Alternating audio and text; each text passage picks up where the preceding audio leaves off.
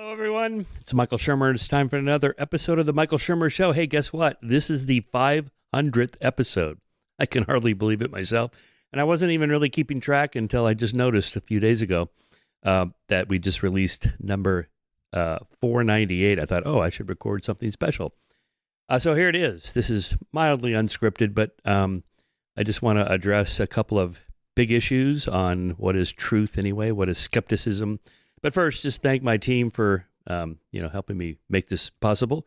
Thanks to technology for the podcast platforms and recording devices, cameras, microphones, all that everybody has now, which is makes the quality of the guest side of the recording, even better than it's ever been.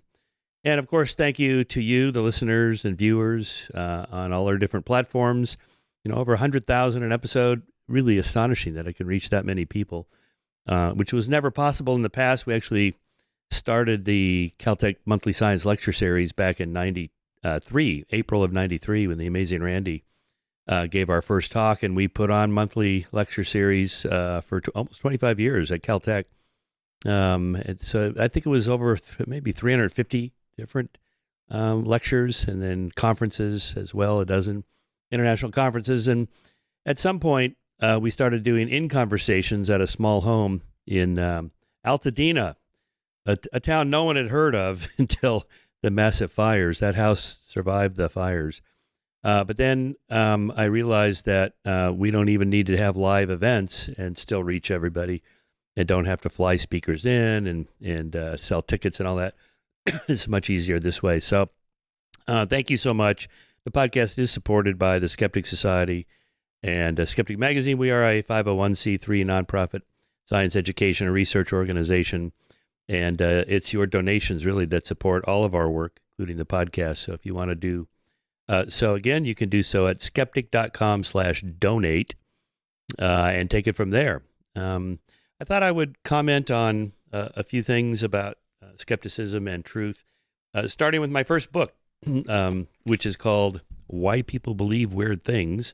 The original oil painting hangs at my house here. I dedicated this book to Carl Sagan in memory of Carl Sagan, 1934 to 1996, colleague and inspiration, whose lecture, The Burden of Skepticism, 10 years ago. So this was 97, so that would be 1987. Carl gave a speech at the Pasadena Civic Auditorium.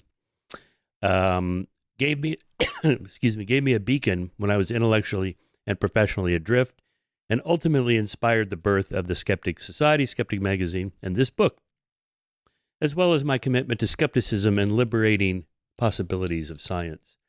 The foreword for this book, which is pretty cool, right there in the line, foreword by Stephen Jay Gould. Let me just read two passages from Gould that I think captures a lot of what we're doing here on the podcast, in the magazine, the society, skepticism in general, and science even broader than that. Here is Gould. Only two possible escapes can save us from the organized mayhem of our dark potentialities, the side that has given us crusades, witch hunts, enslavements, and holocausts. Moral decency provides one necessary ingredient, but not nearly enough. The second foundation must come from the rational side of our mentality. For unless we rigorously use human reason, both to discover and acknowledge nature's factuality, and to follow the logical implications for efficacious human action that such knowledge entails, we will lose out to the frightening forces of irrationality, romanticism, uncompromising true belief, and the apparent resulting inevitability of mob action.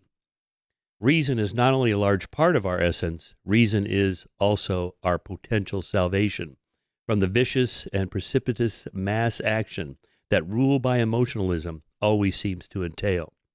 Skepticism is the agent of reason against organized irrationalism, and is therefore one of the keys to human, social, and civic decency. And then Gould ends his forward to the book with this little line here about skepticism. Skepticism's bad rap arises from the impression that, however necessary the activity, it can only be regarded as a negative removal of false claims. Not so, as this book shows so well. Proper debunking is done in the interest of an alternate model of explanation, not as a nihilistic exercise. The alternate model is rationality itself, tied to moral decency, the most powerful joint instrument for good that our planet has ever known. Oh, man. Thank you, Steve, for that nice forward. Isaac Asimov was on our first cover. I wanted to show you this because there's the painting right there behind me. The original painting, which was done by my partner, Pat Lindsay. There she is behind me, right there behind the fish, the Shermer fish. And so I still have a lot of the original artwork. Here's the Carl Sagan tribute issue, and there's the original oil painting. Magazine covers and artwork are not done like this anymore. That's very old school. But in this issue, tribute to Carl, I'll read our explanation on the masthead of what is a skeptic. What does it mean to be a skeptic? Some people believe that skepticism is rejection of new ideas, or worse, they confuse skeptic with cynic, and think that skeptics are a bunch of grumpy curmudgeons unwilling to accept any claim that challenges the status quo. No. Okay, I will admit there are grumpy curmudgeons in skepticism, but actually that's true in all walks of life. This is wrong. Skepticism is a provisional approach to claims. It's the application of reason to any and all ideas. No sacred cows allowed. In other words, skepticism is a method and not a position. Ideally, skeptics do not go into an investigation closed to the possibility that a phenomena might be real or that a claim might be true. When we say we are skeptical, we mean that we must see compelling evidence before we believe. Skeptics are from Missouri, the show me state. When we hear a fantastic claim, we say, that's nice, prove it. Skepticism has a long historical tradition dating back to the ancient Greeks when Socrates observed, all I know is that I know nothing. But this pure position is sterile and unproductive and held by virtually no one. If you're skeptical about everything, you'd have to be skeptical of your own skepticism. Like the decaying subatomic particle, pure skepticism uncoils and spins off the viewing screen of our intellectual cloud chamber. Modern skepticism is embodied in the scientific method that involves gathering data to formulate and test naturalistic explanations for natural phenomena. A claim becomes factual when it's confirmed to such an extent it would be reasonable to offer our temporary agreement. But all facts in science are provisional and subject to challenge, and therefore skepticism is a method leading to provisional conclusions. Some claims, such as water dowsing, ESP, and creationism, have been tested and failed those tests, often enough that we can provisionally conclude they're not valid. Other claims, such as hypnosis, the origins of language, black holes, have been tested, but the results are inconclusive, but maybe not on black holes anymore. I wrote this a long time ago. The origins of black holes have been tested, but the results are inconclusive. Maybe we throw consciousness in there now, and maybe free will and determinism. So we must continue formulating and testing hypotheses and theories until we can reach a provisional conclusion. The key to skepticism is to continuously and vigorously apply the methods of science to navigate the treacherous straits between know-nothing skepticism and anything-goes credulity. Over 3 centuries ago, the French philosopher and skeptic René Descartes, after one of the most thorough skeptical purges in intellectual history, concluded that he knew one thing for certain, cogito ergo sum, I think, therefore I am. Somebody's doing the thinking. So we know that much. But evolution may have designed us in the other direction. Humans evolved to be pattern-seeking, cause-inferring animals, shaped by nature to find meaningful relationships in the world. Those who were best at doing this left behind the most offspring, and we are their descendants. In other words, to be human is to think. So to paraphrase Descartes, sum ergo cogito, I am, therefore I think. Okay. So we've applied this to any and all topics as skeptic, just to show you a few from a much earlier one when the bell curve came out in the 90s, Race and IQ. We had a redesign after Pat passed away. And the magazine just decided we'd do a kind of a reboot here. So here's the new design of the magazine, beautifully done, 4-color throughout. And so we've taken on new culture war issues like trans issues, abortion matters, AI. Here's our latest issue on crime and punishment. Crime and punishment. So we'll take on anything to the extent that science, facts, empiricism, rationality can inform us, even if we don't come to definitive conclusions. At least we can draw provisional conclusions based on something, some evidence, some reason or logic or rationality. So I thought I would just kind of go over and attempt to answer the question of what is truth anyway? This is the subject of my next book. It's called Truth, What It Is, How to Find It, Why It Matters. That'll be out about a year from now, from Johns Hopkins University Press, the same publisher who did my conspiracy book. So I thought I'd just go over, I have a PowerPoint presentation on this that I'll kind of rifle through just some of the highlights, because our kind of watchword here is truth. Our North Star is not ideology or politics or anything other than we just want to know what's true, to the extent that we can get at it. So we try to be neutral on politics, ideology, and so forth. And so, excuse me, I start by making a distinction between two different kinds of truth: subjective internal truths and objective external truths. Now, if an epistemologist went through this or listen to this, I'm oversimplifying. I know the book has a much longer 10,000 word chapter on all this. But when I say subjective internal truths, I just use fun examples like dark chocolate is better than milk chocolate. Now, I may personally think that's an objective truth, but there are people who disagree, and that's an internal kind of preference state, or that Stairway to Heaven is the greatest rock song of all time. I know I'm dating myself, but baby boomers out there, you'll concur, or at least agree that it's at least one of the greatest rock songs of all time. I know Freebird is great too, but those are internal truths. Those are just preferences, right? And then there are attempts to turn subjective truths into objective truths. So my example of this is meditation makes me feel better. Now, this isn't my personal example. It doesn't. Well, maybe it does. I don't know, but I'm not into it. But other people claim that it does make them feel better. All right, but that's still kind of an internal subjective truth for that person. Meditation makes them feel better.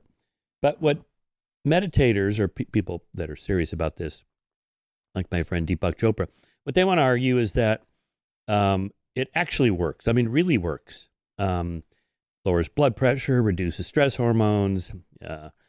People feel more relaxed. It squelches a lot of the internal dialogue we have with ourselves that is mostly negative. In other words, it's a measurable technique, like a medicine, that can really make people's lives better. All right. So this is the kind of thing that Deepak's trying to do at his center down in Carlsbad, is see if you can actually test and measure the effects of meditation. That would be a good example of moving something from internal to external, from subjective to objective.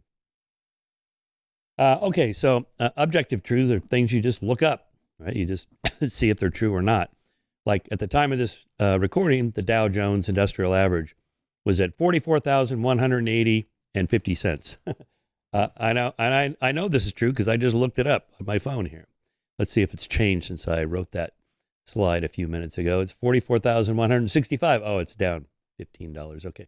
Anyway, but that's, just kind of an external objective truth. You just look it up. Just look out the window to see if it's true or not.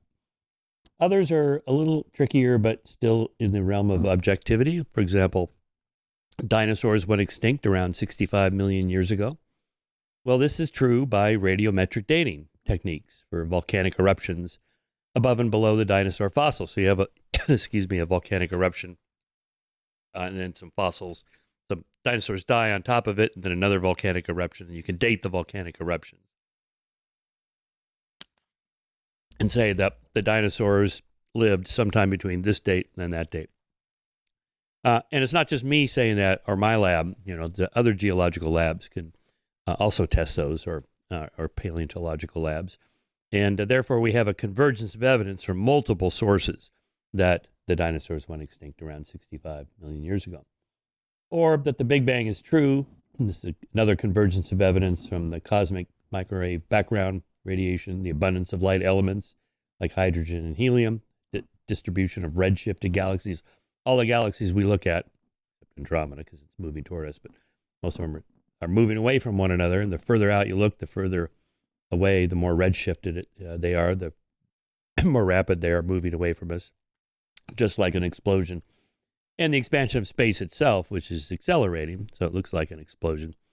So that's a kind of a provisional truth, and that it would take a lot of evidence against it now to overturn that after 50 years of testing the Big Bang Theory. So these propositions are true in the sense that the evidence is so substantial, it is rational to offer one's provisional assent. It's not impossible that the dinosaurs died recently, just after the creation of the universe 10,000 years ago, as young Earth creationists believe, but it's so unlikely we need not waste our time considering it. So I'm defining truth as a claim for which the evidence is so substantial, it would be rational to offer one's provisional assent. So provisional is the key. These are truths with a small t that could change. In science, there are no proofs, as in mathematics, where in Euclidean geometry, for example, the sum of the internal angles of a triangle is always equal to 180 degrees. And we can also make a distinction between analytic truths and synthetic truths. Analytic truths are truths that they're true by the meaning of the terms in the claim or the equation. These are sometimes called a priori truths. And synthetic truths are truths by observation, or a posteriori. A posteriori, that is, after the fact, you look to see if it's true or not. Okay, so analytic truths are also logical truths, as in the famous syllogism, all men are mortal, Socrates is a man, Socrates is mortal. Or definitional truths, pediatricians are doctors, or there can't be a married bachelor. Okay, for these kind of truths, it's just, what does the term mean? What do the parts of the equation or the words in the sentence mean? And therefore you can determine whether it's true or not, just based on the definition. Synthetic truths, by contrast, require evidence. Like if I say, pediatricians are rich. Well, maybe they are. Maybe they're not. Maybe some are and some aren't. But in any case, you have to look. You have to go check and see if the claim is true. And the more evidence there is for the claim, the more you should believe it, and vice versa. So back to a priori analytic truths in math, the sentence 2 + 2 = 4. Is it true? Well, it's determined by the analysis of the meanings of the terms. Anyone who knows what the number 2 is, and what the plus sign means, and what the equal signs means, and what the number 4 means, can tell if it's true or not. You just have to know what the terms mean in the equation. But again, a posteriori or synthetic truths, there's cheese on the plate. Well, maybe there is, maybe there isn't. You have to look and see. Okay, most of the truths we deal with here at Skeptic are these synthetic truths, claims, I should say, or a posteriori. You actually have to look. Bigfoot is real. Well, maybe it is. Maybe it isn't. I don't know. Let's go look. Show me. I'll believe, and if you don't have evidence, then I will suspend my belief until you show me the evidence. That is, I'll be skeptical until I see contrary evidence to it. So objective facts to determine provisional truths about the world are determined by methods developed over the centuries since the scientific revolution and the Enlightenment. So what we're after here is knowledge, that is, justified true belief. This is how philosophers define knowledge, at least some of them anyway. That is, we want to know what we should believe is true, not just what we want to believe is true, but what is actually true. Another way I like to say it is, I don't want to believe in things that have to be believed in to be true. Okay, see where this is going. These are different kinds of truths, like political truths or religious truths that really have to be believed in to be true, like democracy or Jesus rose from the dead, or something like this that can't be proven in the same way that empirical claims can be proven or tested. Some will disagree with me on that. I deal with that in my book. But the problem is that none of us are omniscient. That is, if there's an omniscient God, here's one thing I know for sure. It's not me, and I also know it's not you. Or in the secular equivalent, if you prefer, there is objective reality, but I don't know what it is for sure. and neither do you. So we have to work together because, as the great Charles Mackay wrote in Extraordinary Popular Delusions and the Madness of Crowds, quote, when men wish to construct or support a theory, how they torture facts into their service. So our foundational suppositions that we abide by here, kind of in general, skepticism in science, is universal realism. There is a reality out there. We can know something about it, if not perfectly. Moral realism. There is right and wrong.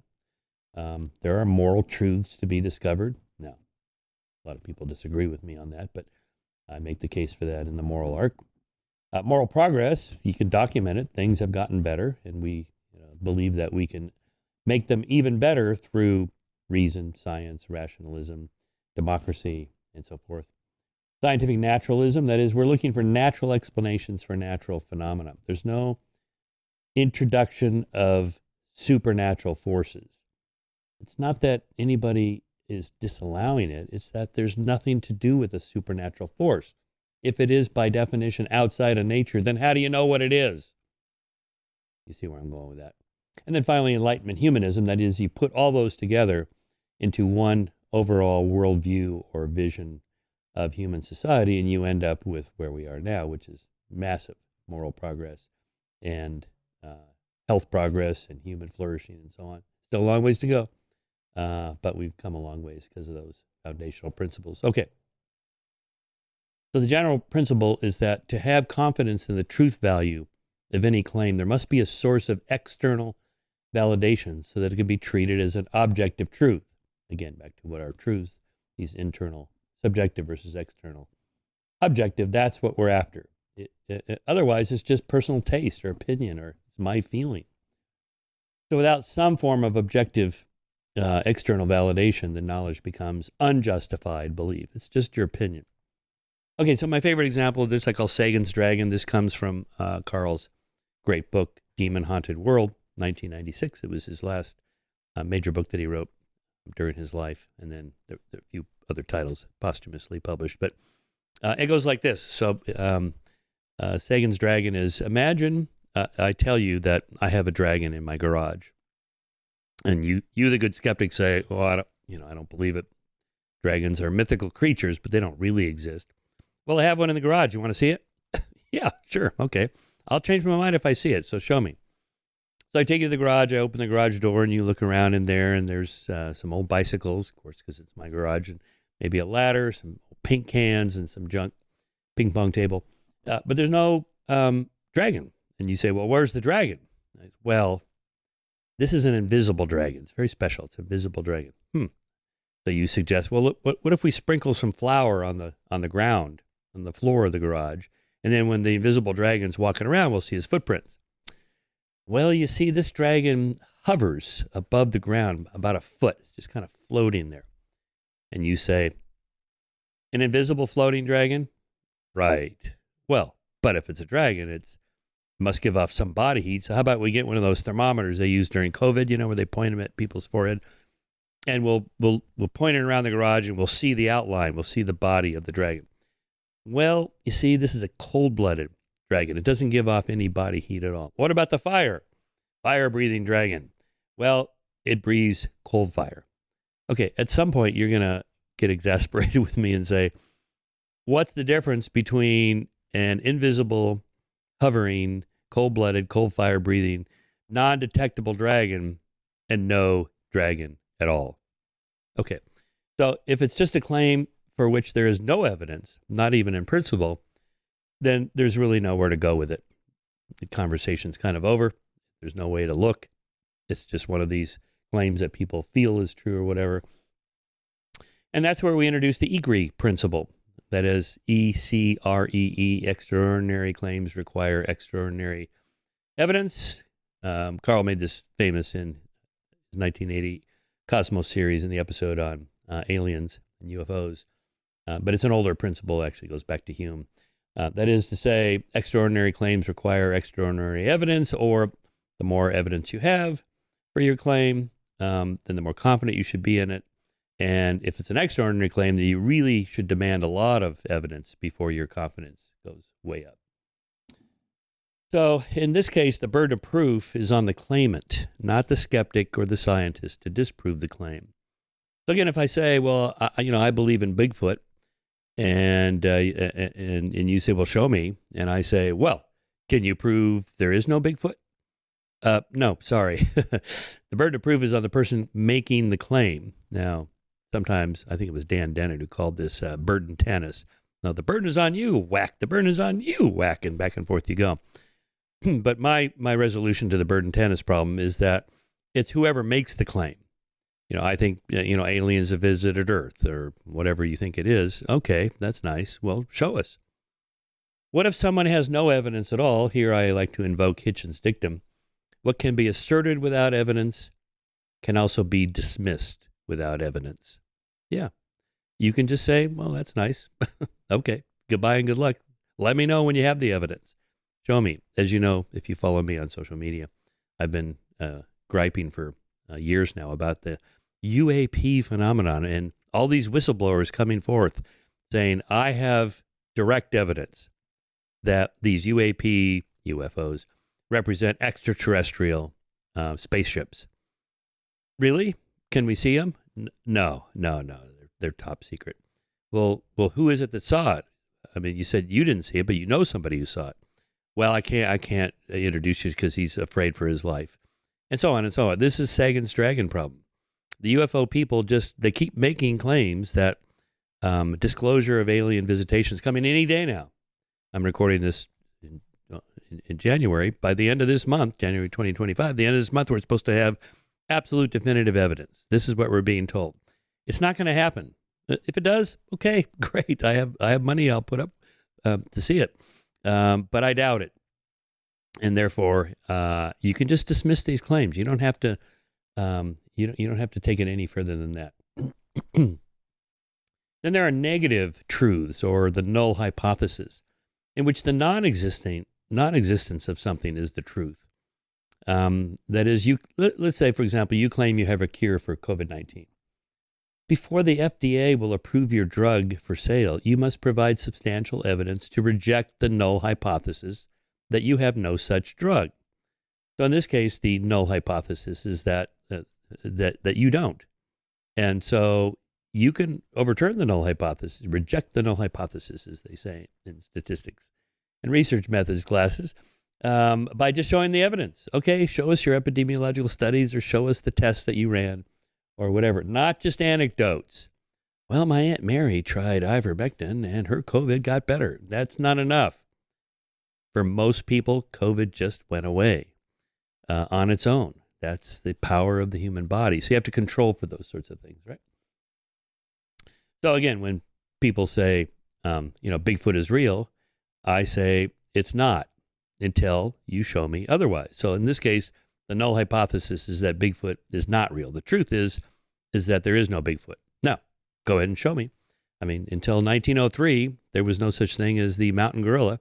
Didn't exist. People had stories about how they saw these mountain gorillas, but until they actually found one, and now, of course, we know they're real. So you reject the null hypothesis with empirical evidence. Then I would also point out that in this realm of negative evidence, that millions of documents leaked through WikiLeaks files, classified documents. There is no mention of a JFK assassination conspiracy, no paperwork about a UFO cover-up, no evidence of a fake moon landing, no paper trail that 9/11 was an inside job by the Bush administration, and so on. The point of this is that if these claims were true and we were given mountains of classified documents, then you would expect there'd be some evidence for it. Because you can't say, well, they covered it up. These were leaked. Okay, there has to be some. And again, if the person says, well, I have no evidence for this, then you can invoke Hitchens' dictum and just say, that's nice. Get back to me later when you have evidence. So here the absence of evidence is the evidence of absence. Now, there's two areas that I like to explore, that I do explore in my next book on this. That is SETI, the search for extraterrestrial intelligence, and God. Now, the SETI program has not turned up any signals yet of extraterrestrial intelligence.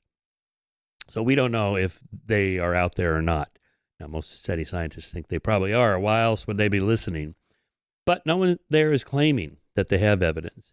And here I would say that the absence of evidence is not evidence of absence because they've barely begun to look.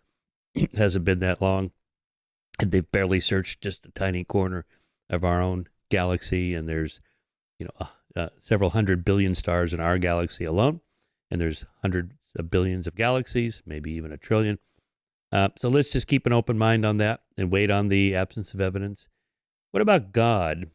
Well, you'll have to read my chapter on that in the book, but I have a feeling that the concept of God may be one of these, what I call,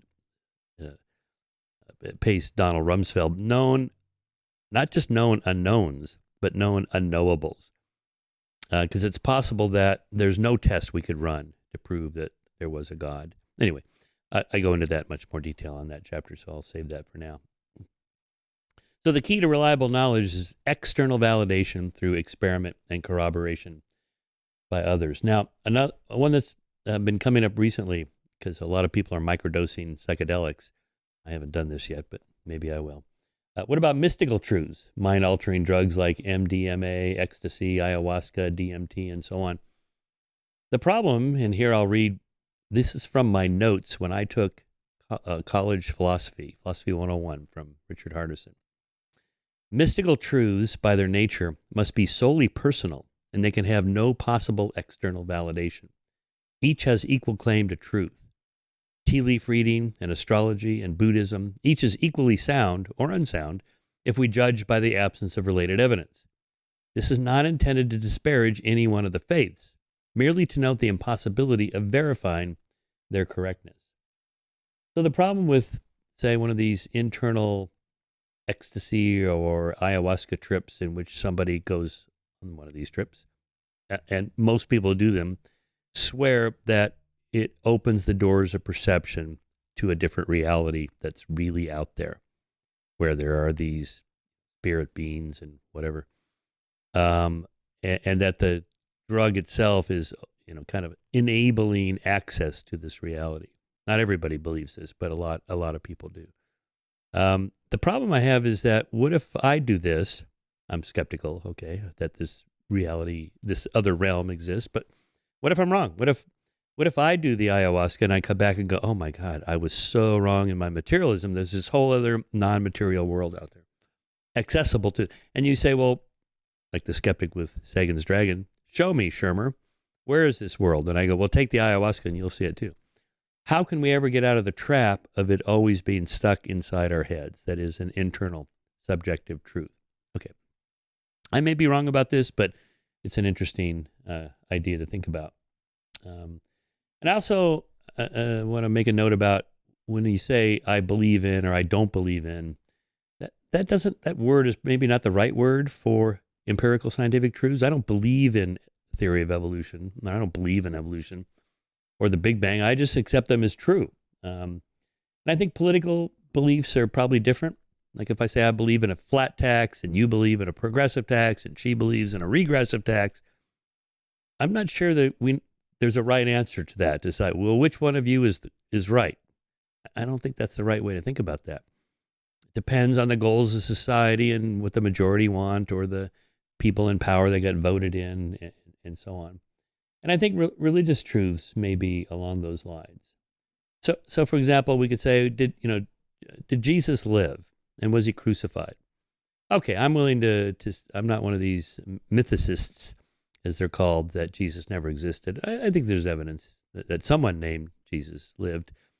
And that he was crucified would not be an extraordinary claim. The Romans crucified lots of people for lots of things.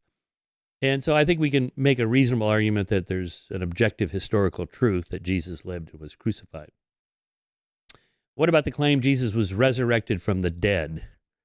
Okay, that may be an objective truth, but if so, it's one of the most extraordinary claims ever made. I mean, over 100 billion people have lived and died in human history, and not one of them has come back from the dead, or maybe one. If you're a Christian, you think one did. And so it's the ultimate miracle. But is the evidence comparable? That's an extraordinary claim. Is the evidence extraordinary? No, it's not. I have a whole chapter on this in my forthcoming book. I review all the arguments for and against the resurrection, and but it just doesn't rise to the level of 100 billion to 1 extraordinary evidence, and therefore I think it's reasonable to be skeptical of that claim, unless you want to think about it this way. And so I'll close with these thoughts. Religious truths may be mythological or psychological or like literary truths. I mean, no one would ask if the characters in the Harry Potter novels really existed, or if there was really this train station, whatever it was, 9.5 train station where people get access to this other world that really exists. Everybody knows J.K. Rowling just made it up. But the books do so well and resonate with people because they carry other kinds of truths. This is what makes great literature great. Shakespeare, Jane Austen, and the great Russian novelists and so forth. The characters represent different kinds of truths, or the plot, or the things that happen. These are literary truths in the sense they represent truths about human nature, human society, human conflict resolution, anger, jealousy, lust, violence, aggression, and so on. Those are true about us. Those things are true. And so to ask if the characters in the Brothers Karamazov, Dostoevsky's great novel, really existed, you're missing the point. What if religious, biblical, or other works of religious fiction, let's say, are along those lines? They weren't meant to be taken literally. They're figurative or metaphorical or mythical or psychological or literary truths. And that the truth behind the resurrection of Jesus is not really whether he was really dead for 3 days and then he really came back from the dead, or he was never really dead. He was just in a coma and they whisked him off out of the tomb after 3 days and he went off to France and married Mary. And, you can go full Dan Brown if you want. But by the way, he did make all that up, sort of. There was a nonfiction book in the 1970s called Holy Blood, Holy Grail, in which a couple of scholars and historians actually made that argument. Okay, interesting hypothesis. But I think you're missing the point of the story if you go down the road of insisting that it must be literally true. I mean, the Red Sea literally part. Well, maybe it was an asteroid impact, or maybe it was a massive volcano that caused the sea to part. Okay, maybe it never happened. Maybe it's a story, and there's a deeper message behind the story. Okay. Anyway, I've been trying that out on a lot of religious people. Maybe it's not literally true, but literarily true, or mythically true, or psychologically true. So far, they're not really buying it. Okay, but anyway, we'll see how that goes when I make the stronger case in the book. So I'll close this little monologue here with one of my favorite quotes from Douglas Adams. Isn't it enough to see that a garden is beautiful without having to believe that there are fairies at the bottom of it too? All right. Thank you, everybody. Thanks for listening to however many of the 500 episodes. This is number 500. And again, I appreciate your support of the podcast, of the society, of the magazine. All right.